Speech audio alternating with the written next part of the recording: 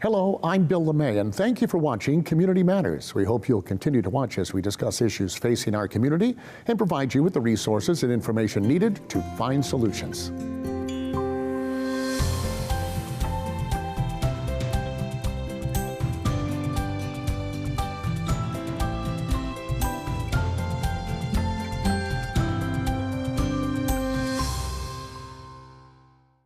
Times are changing, and so is real estate. Today we're discussing how the evolving real estate landscape has produced new trends. Here to discuss real estate lifestyle trends amongst baby boomers is Kathy Messina, new home consultant at MI Homes.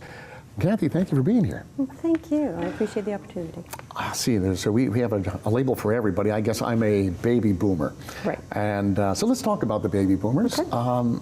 What are you seeing from us as we're going out into the real estate market and looking for homes? Are we starting to downsize from our big homes? Baby boomers are typically downsizing right now. They're looking for something that's a little more energy efficient for them, so to speak. Not having to run up and down the stairs, having something more in a ranch style, or at the very least, an owner's suite on the first floor. They're also looking for something that does not require a lot of yard work. Lawnmowers and shovels and all the things that we used to do with tools in our yard, it just doesn't appeal to us anymore. Well, we've kind of done that, I guess, yeah. And we're looking to ease back. But what about a lot of folks like myself? We're finding that we have parents, right, that need some help. And in fact, I heard, I think you used it, sandwich.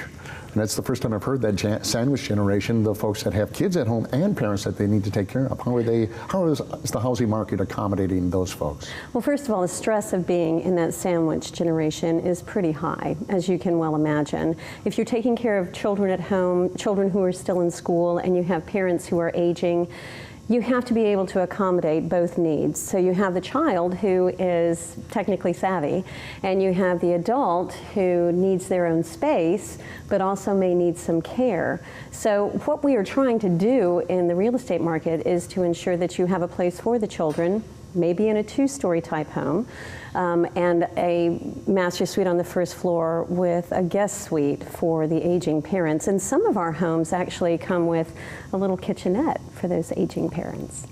Well, so we're seeing the baby boomers trying to downsize, and at some point I guess they obviously do. How's the real estate market here in our area accommodating that? For a while there it seemed like it was very, very hot. Is it still a hot real estate market? The real estate market in the Triangle is still very, very good. Builders are looking at the needs of the public, so we are changing to a certain degree.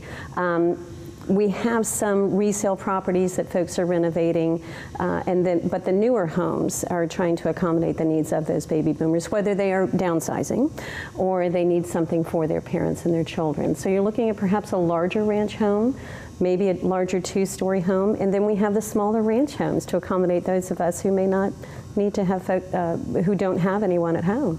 So we're evolving because, well, we have to, I guess. Absolutely. And we want to. Well, I'm always looking for tips.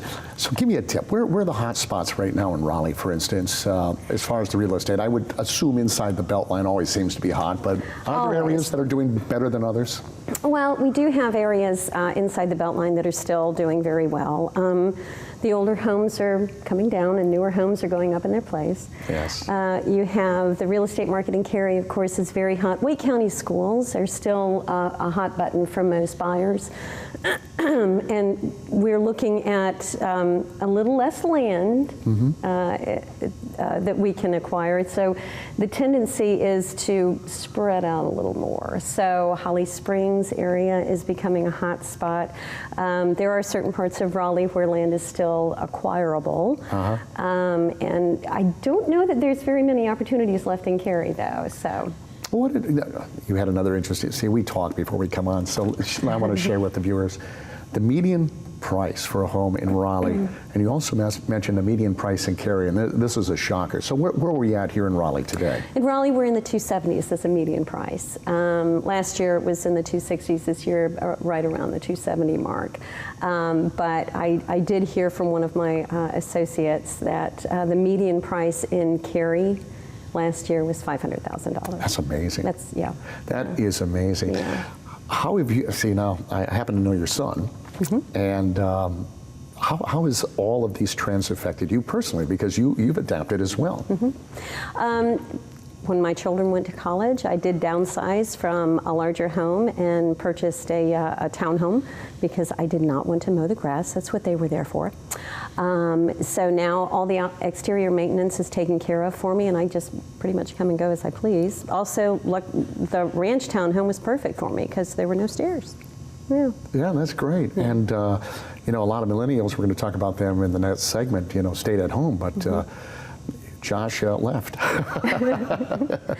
Yep, both my boys left. Both of them Do you miss that at all? I missed that. but I guess the time always comes where they have to leave. Well, we are still very, very close. Even geographically, we're still very close. But I think that the trend now is, and don't get me wrong, I love my children, and I know that everybody else loves their children. When they leave, you celebrate, and then you kind of want to be closer to them. And I do find that a lot of the kids that my boys went to school with are coming back to this area. So that's good for the parents, because we do miss them. We do. And then the change in our evolution and downsizing gives us more time. And just quickly then, if we could, for baby boomers, we got the Parade of Homes coming up. Is there something they should be looking forward to there? Are they addressing those trends? You know, baby boomers used to have the homes that were more segmented. Now we have a very open flow in the homes, which is easier to navigate, frankly. So I think that our baby boomers, are, you and I, are going to be looking at sterling finishes. We love the marble, we love the granite and the quartz. And the workmanship, I think everybody needs to be looking at that. But I do think that baby boomers are really looking for that skilled finish look. I think that folks are going to find the open floor plan, as I said before, is much more easy to find. I think that they will be very impressed with the size of the homes this year, because we have anything from 1,600 square feet all the way up to 6,000. So basically anything to fit the need.